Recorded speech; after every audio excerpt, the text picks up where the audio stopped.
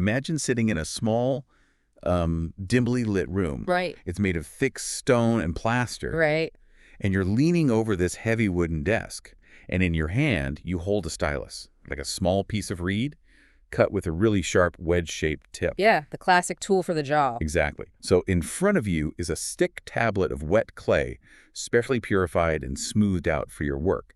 You are deliberately, carefully pressing the tip of that stylus into the soft clay, forming these intricate cuneiform characters. Which is a highly specialized skill. Oh, absolutely. Yeah. It's something you've trained your entire life to do. But right now your hands are shaking because outside the heavy doors of your archive room, the world is literally ending. Yeah, the ambient noise of your city, which is usually this hum of merchants, metal workers, the sounds of a busy seaport, all of that has been entirely replaced by just total chaos. Right. There's the distant, terrifying roar of hundreds of voices screaming in panic. You can hear this rhythmic, violent crash of heavy timber giving way under axes and battering rams. And beneath it all is the smell, this thick, suffocating smell of burning cedar wood and roasting grain.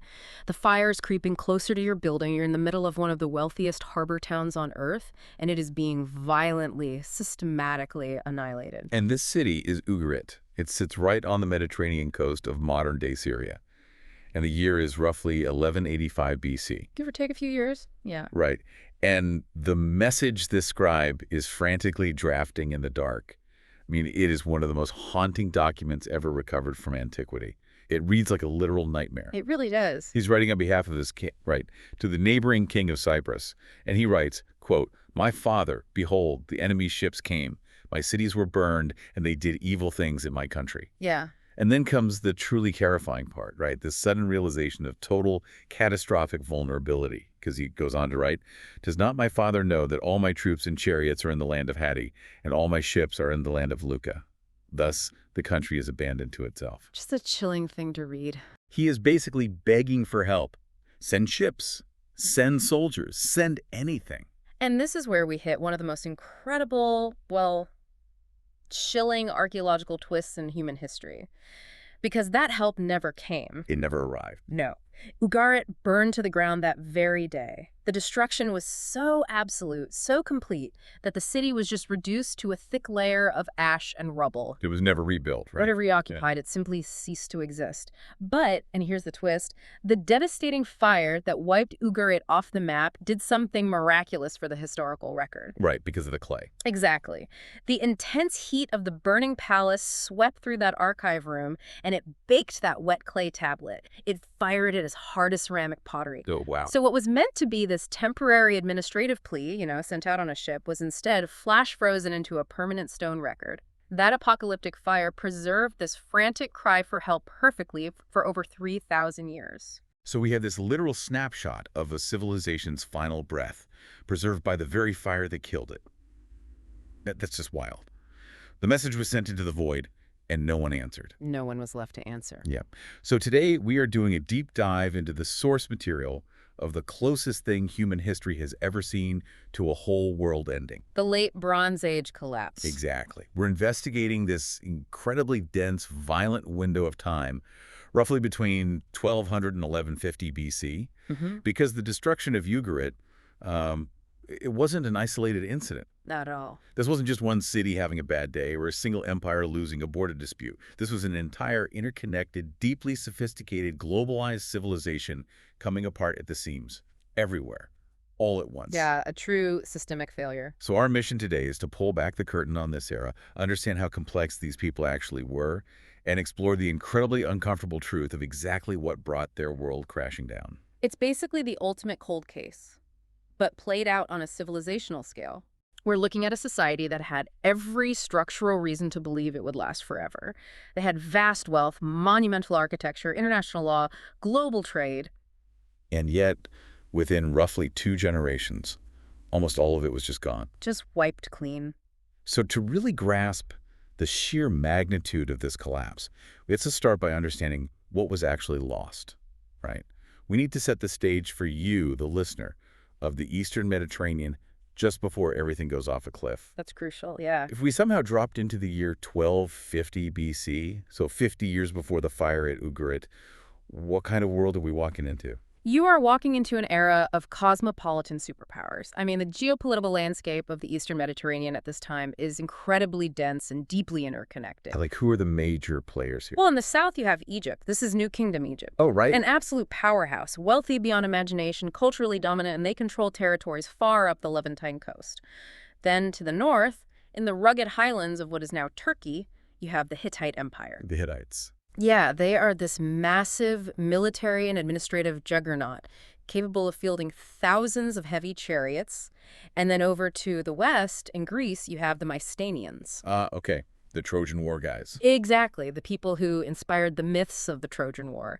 And they're ruling from these massive, heavily fortified palace complexes. And we can't forget the Eastern and island powers either, right? You've got Babylon and Assyria pushing in from Mesopotamia. Right. You have the island of Cyprus, which operates basically as the ancient world's premier copper factory. Yeah. And linking them all together, you have these incredibly wealthy, independent merchant hubs lining the coast. Places like Ugarit. Yeah, Ugarit, which Yeah. acted as the indispensable middleman of this entire network. Exactly. And the way these powers interacted is what makes this period so fascinating, because the diplomatic culture of the late Bronze Age was extraordinarily sophisticated. We have records of this, don't we? Oh, granular detail. Because we have the Amarna letters. It's this massive archive of diplomatic correspondence written on clay tablets discovered in Egypt. And when you read these letters, you see the kings of these massive empires addressing each other as brother. That specific word choice is so telling to me. Oh my God. Like, it implies a peer-to-peer relationship. Right, it's an exclusive club. Yeah. The Pharaoh of Egypt isn't calling a nomadic chieftain brother. He's reserving that strictly for the king of the Hittites or the king of Babylon. Exactly. It almost sounds less like the barbaric ancient world of the movies and more like, I don't know, a Bronze Age G7 summit. It's a hyper-connected, globalized economy. That is a highly effective way to conceptualize it. It was this closed loop of globalized political elites. And they weren't just exchanging pleasantries, you know. They were bound together by an incredibly complex web of international relations. With trees and stuff. Yeah, they arranged strategic royal marriages to cement alliances. They drafted these elaborate treaties that dealt with extradition, border disputes, trade regulations. I mean, treaties that genuinely read like modern international law. Wow. And they maintained a continuous, lavish exchange of gifts. There's one letter where a foreign king casually asks the Egyptian pharaoh to send him more gold because, as he writes, gold is like dust in your land. Gold is like gust. That is quite the flex. Yeah, right. But it wasn't just gold, right? They were sharing human capital, too. Like, if the king of Babylon fell ill, the pharaoh might dispatch his top personal physicians across the known world to treat him. Yeah, they were deeply invested in keeping each other alive and stable. Because their stability was mutually dependent. They had to be. But while the political elite were trading doctors and princesses, the actual bedrock of this interconnected world was the economy. Right. And their economy wasn't just about trading luxury items for the royal courts. It was a deeply integrated, highly specialized international supply chain. I want to dig into how deep this globalization actually went. Because when you think of globalization today, you think of the device you're holding. Sure. The lithium in the battery came from South America. The microchips were manufactured in Taiwan. It was assembled in China and shipped to you in North America. That's a massive multi-continental logistics chain. Did the Bronze Age have anything remotely comparable to that?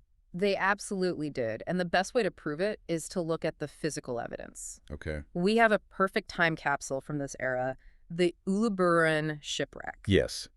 This is one of the most incredible archaeological discoveries of the 20th century. Yeah. Set the scene for us.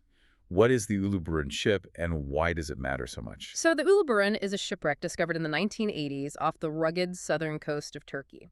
It dates to the late 14th century BC, so roughly a century before the collapse. Okay, so it perfectly captures this globalized system at its absolute peak. Exactly. It was a relatively standard merchant vessel for the time, built from Lebanese cedar, about 50 feet long.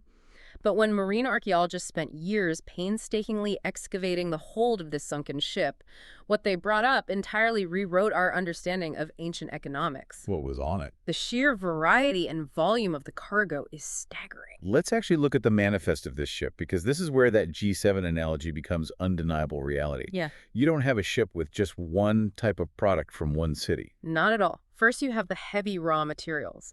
They found 10 tons of raw copper cast into these specific four-handled shapes called oxhide ingots, which were sourced from Cyprus. 10 tons? Yeah.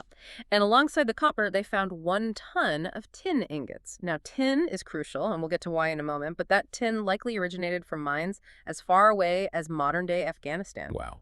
From Afghanistan to Turkey. Right. You also have massive ingots of raw glass tinted bright blue with cobalt, probably manufactured in the Levant. So you have tons of industrial metals and glass, but then you have the exotics and the finished goods, right? Which read like a catalog of the known world. Precisely. They found elephant ivory and hippopotamus teeth.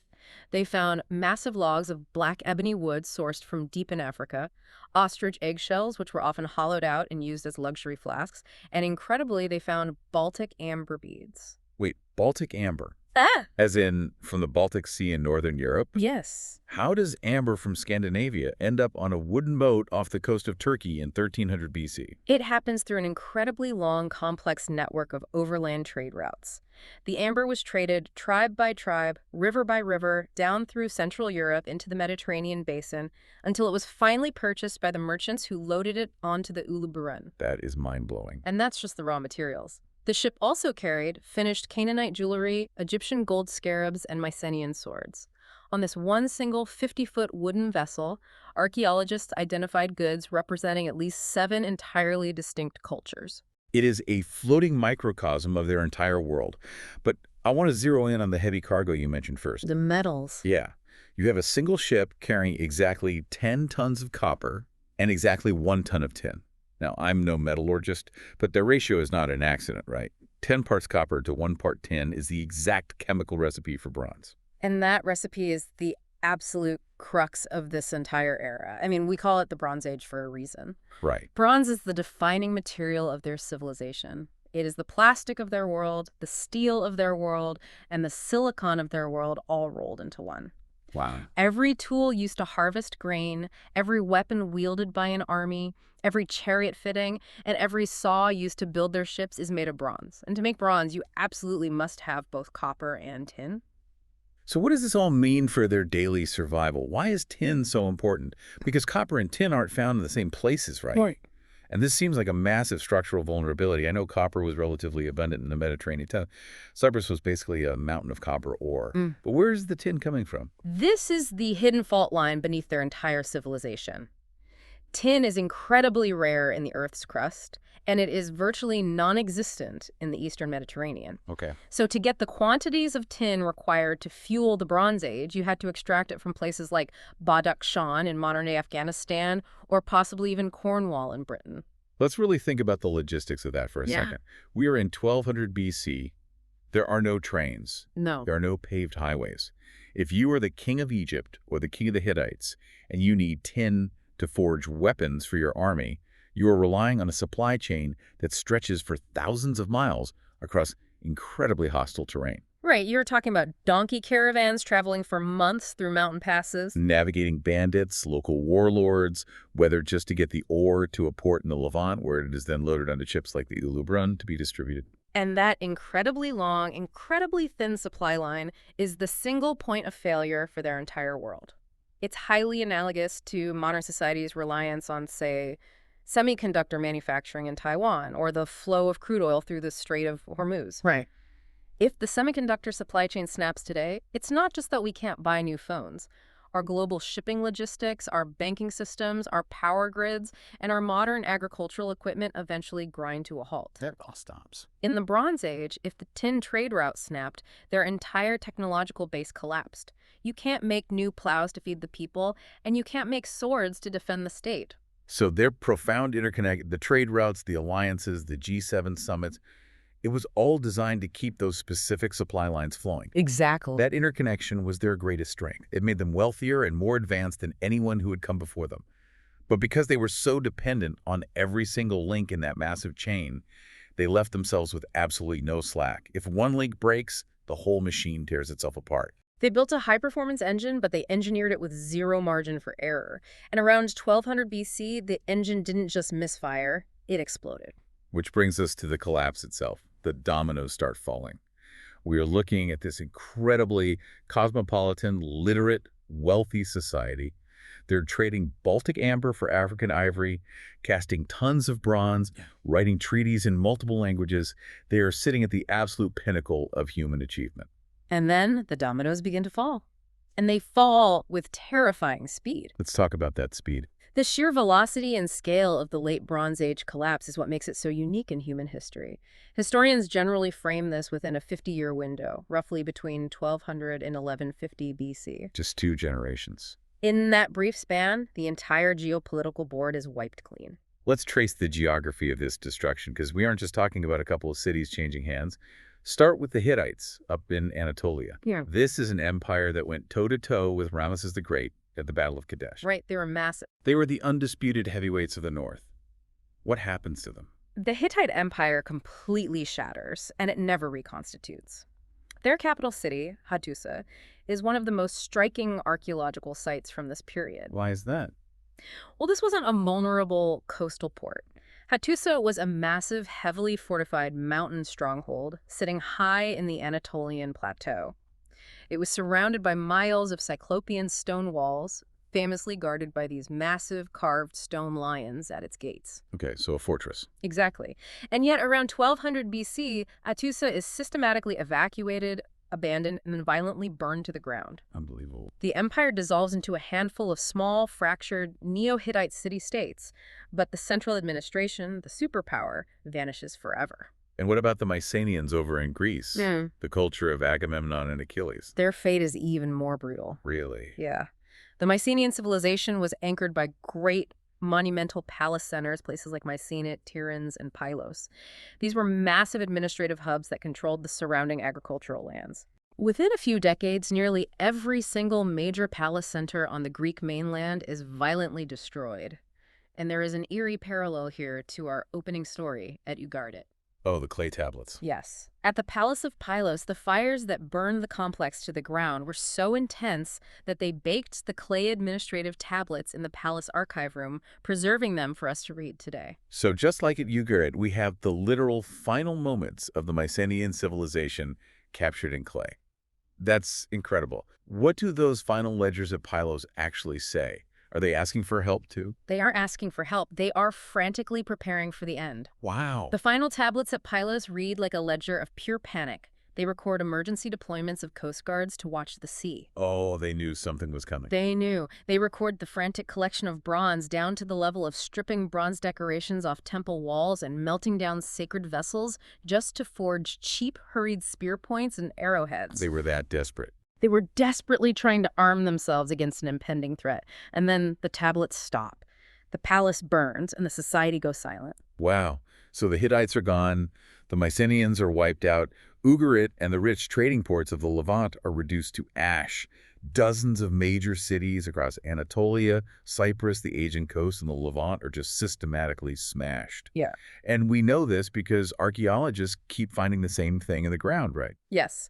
When archaeologists excavate sites across this entire region, they consistently hit what is known as a destruction layer. A destruction layer. It's a thick, dark, distinct band of ash, charcoal, and scorched earth.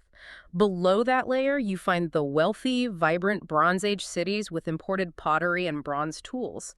Above that layer, in many cases, you find absolutely nothing. Just gone. The cities were just left as ruins. Think about the sheer scale of that for a second. It's not just a change in management or a lost war. It is the total erasure of a way of life everywhere, almost simultaneously. Yeah, the physical devastation is hard to fathom. But there's a deeper tragedy here, right? Because when a city burns, you can theoretically rebuild it. But what the Bronze Age lost wasn't just architecture. The most profound casualty of this collapse was knowledge itself. That is the true hallmark of a systemic collapse. When the palaces of the Mycenaeans burned, the highly specialized administrative elites who ran those palaces, the scribes, the bureaucrats, the engineers, they either died or fled into the hills. Right. And when they vanished, their writing system vanished with them. You're talking about linear B. Correct. Linear B was a highly complex syllabic script used by the Mycenaeans. It wasn't an alphabet like we use today. It had dozens of specific signs and was extremely difficult to master. So it wasn't like everyone was reading and writing. Exactly. Because it was so complex, literacy wasn't widespread. It was entirely monopolized by a tiny guild of palace scribes who used it to track taxes, grain storage, weapon inventories. Right. So when the palace system died, the need for the scribes died. The schools that taught Linear B burned, and within a generation, the Greeks simply forgot how to read and write. Let's pause on that because that is a terrifying concept. We are so conditioned to believe that human progress is a one-way street, right? We assume that once humanity invents something as fundamental as writing, it is permanently locked into our collective hard drive.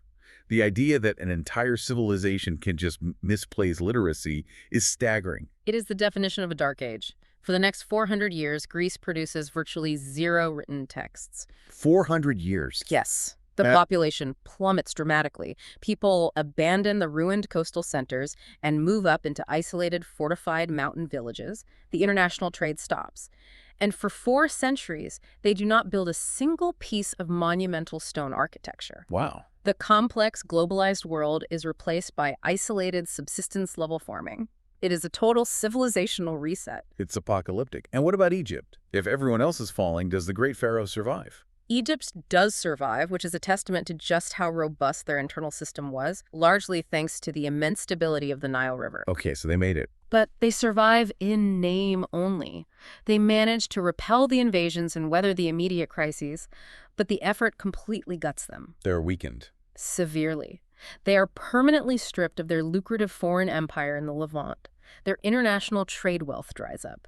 The magnificent New Kingdom era ends, and Egypt is pushed into a long, slow, irreversible decline. They never again reach the heights of power and influence they held during the late Bronze Age. Naturally, when historians and archaeologists in the late 19th and early 20th centuries started digging all of this up, when they realized there was this massive, uniform band of ash covering the ancient world, they asked the obvious question: who did this? Because humans love a tidy narrative. Right. If there is a massive crime scene, we want a mastermind. We want a villain we can point a finger at. It is deeply ingrained in human nature to look for agency behind a catastrophe. If a whole civilization is murdered, we instinctively look for the murderer. And for about 100 years, the history books gave us our boogeyman. They gave us the ultimate ancient world supervillains, the Sea Peoples. Yes. The Sea Peoples. The narrative of the Sea Peoples is incredibly seductive, largely because it comes directly from the ancients themselves, doesn't it? Yes. The Egyptians specifically carved this narrative in stone. If you visit the mortuary temple of Ramesses III at Medinet Habu in Egypt, constructed around 1177 BC, the story is plastered across the massive outer walls in monumental relief carvings. I want to visualize this. What do those carvings at Medinet Habu actually show? They depict a scene of absolute apocalyptic warfare.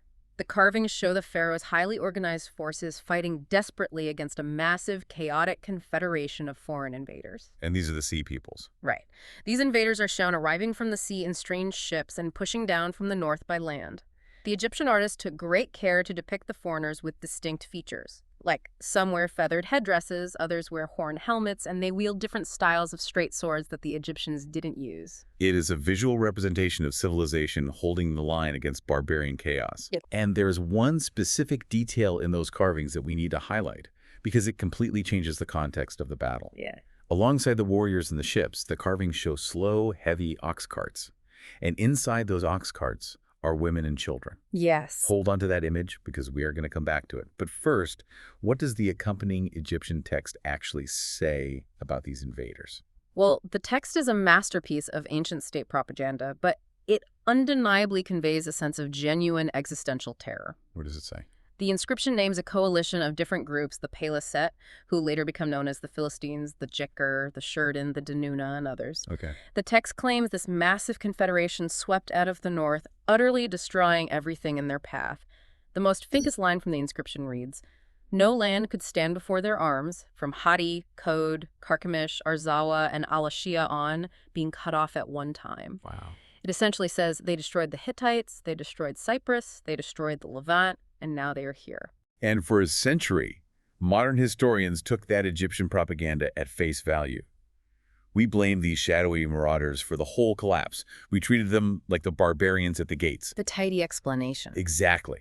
The story went that they sailed out of nowhere, burned Ugarit, smashed the Mycenaeans, toppled the Hittite Empire, and finally crashed against the shores of Egypt, where Ramesses III barely managed to stop them. Right. Here's where it gets really interesting, though.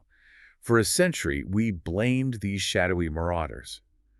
But does one pirate coalition really have the power to topple a globalized world? That's the billion-dollar question. I mean, let's apply some basic logistical logic to this.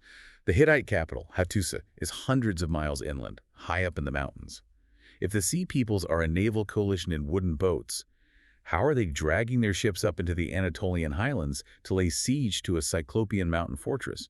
It defies physics. And that geographical impossibility, along with a wealth of new archaeological data, is exactly what forced modern scholarship to abandon the tidy villain narrative. The theory just falls apart. The Sea Peoples hypothesis simply breaks down under scrutiny. First, we still don't know definitively who they were or where they originated. Oh, really? Yeah, some likely came from the Western Mediterranean, others from the Aegean or the rugged coasts of Anatolia. But more importantly, the math of civilizational collapse just doesn't add up.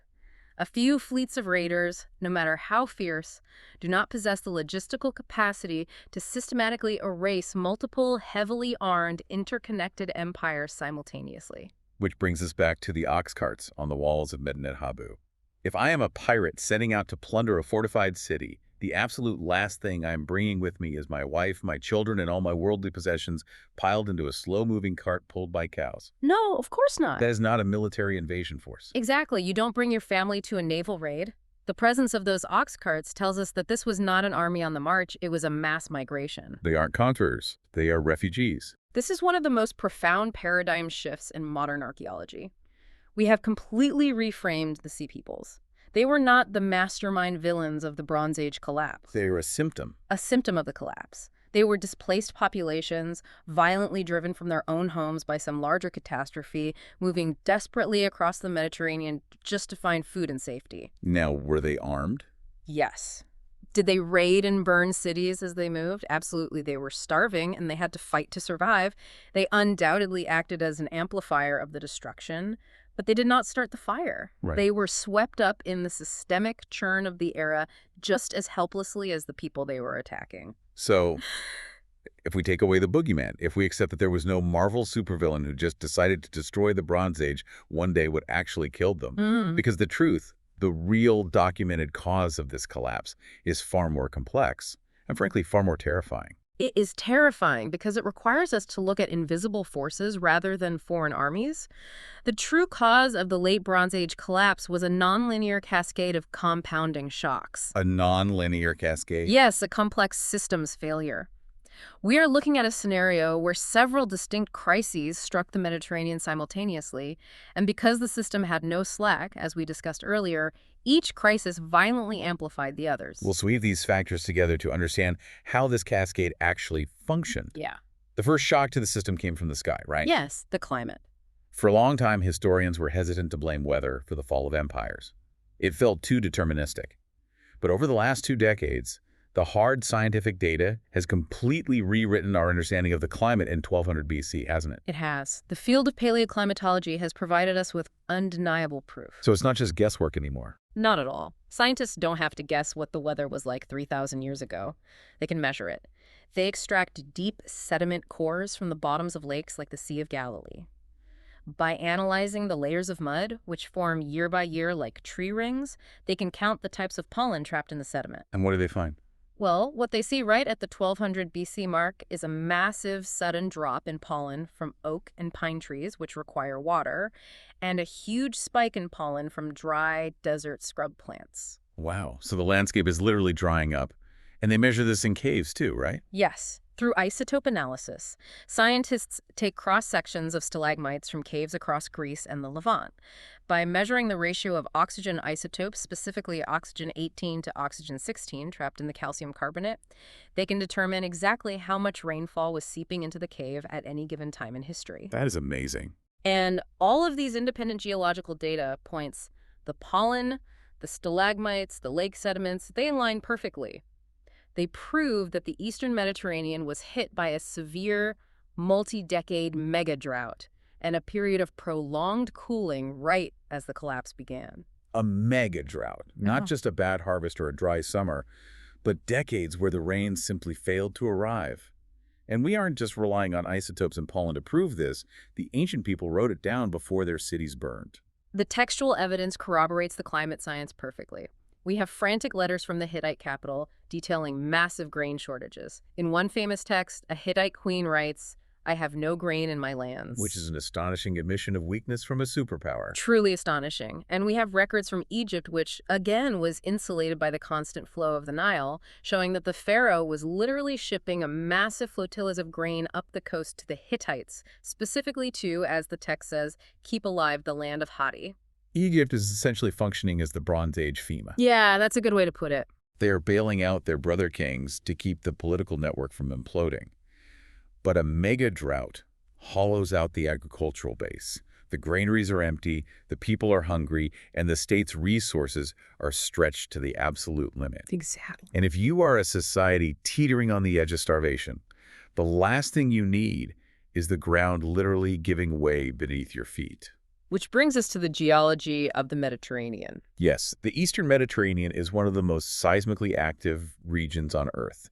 You have the African, Arabian, and Eurasian tectonic plates all grinding against each other.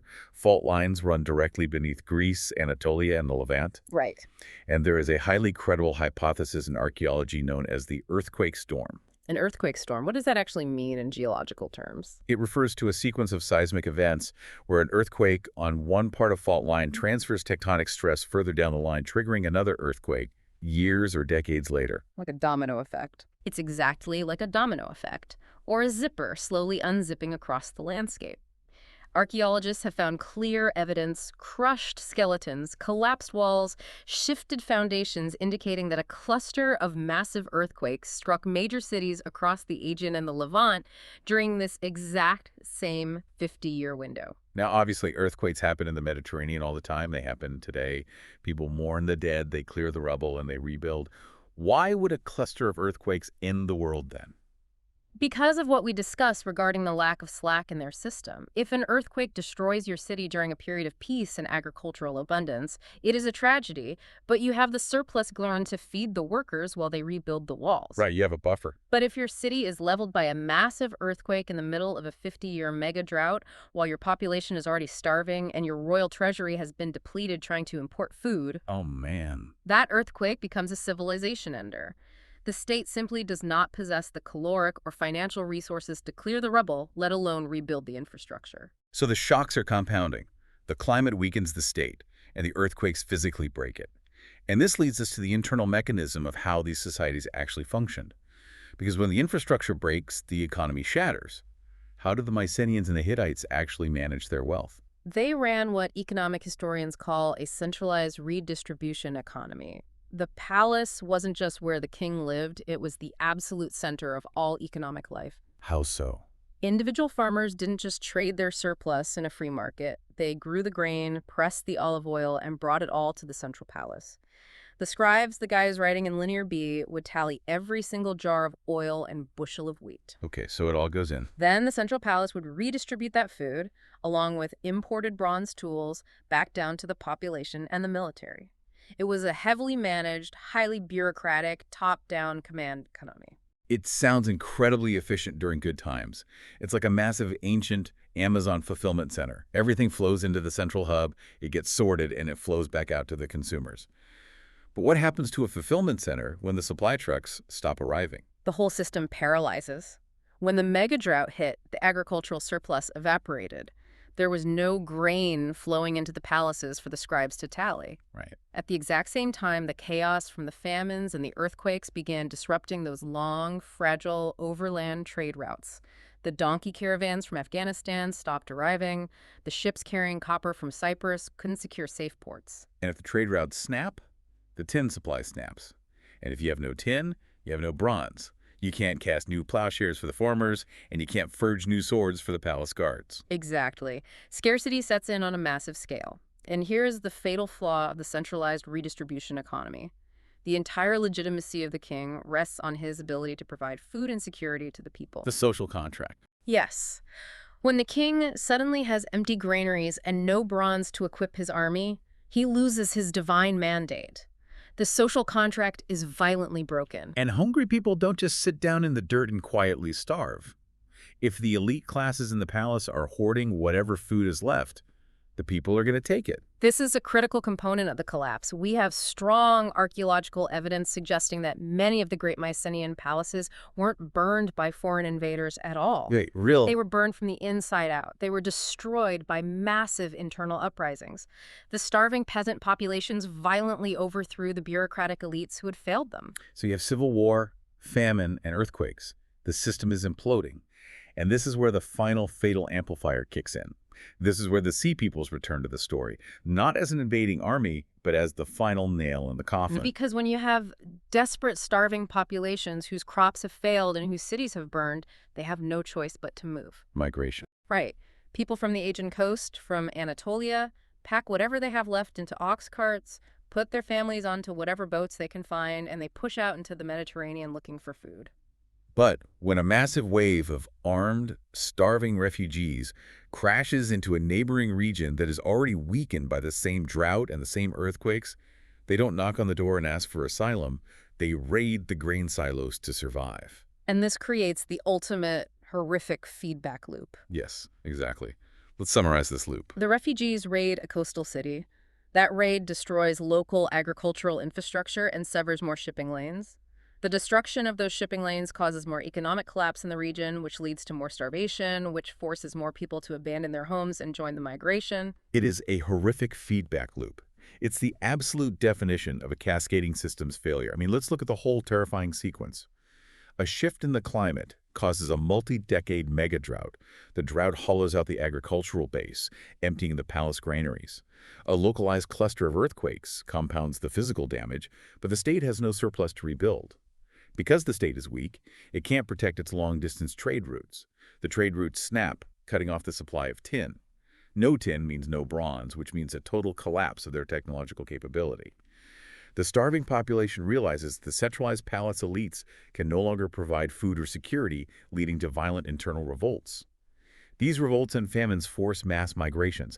These desperate migrants, the Sea Peoples, turn into raiding parties, which violently destroy whatever trade and agriculture is left in the neighboring regions, starting the cycle all over again. Exactly. It is a highly complex, globalized network failing violently all at once, and there is absolutely nobody behind the steering wheel who can stop it.